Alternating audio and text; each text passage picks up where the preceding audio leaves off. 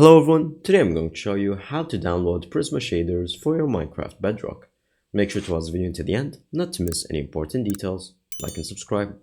So all you have to do is to go to your marketplace, and then from here you're going to search in the box for Prizma shaders. Then you're going to search for it. Once you write Prizma shaders, it's going to appear right here where you can see Prizma visuals, and it's going to appear Prizma visuals 2.1, so you can search for that.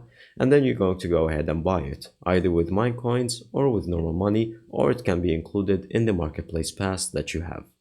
Once you click on it and you purchase it, then you have to go and play. And before you go to your world, you're going to make sure that you go to your settings, and from the settings you're going to scroll down to see video. Make sure that you have vibrant visuals on, and make sure that you scroll down all the way and make sure that allow in-game graphics modes switching is enabled. So you have to make sure that this is enabled.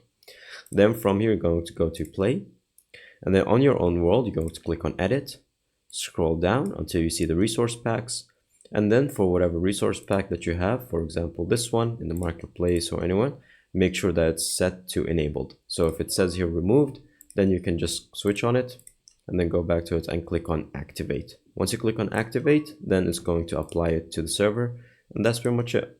Thank you guys for watching. See you next time. Bye bye.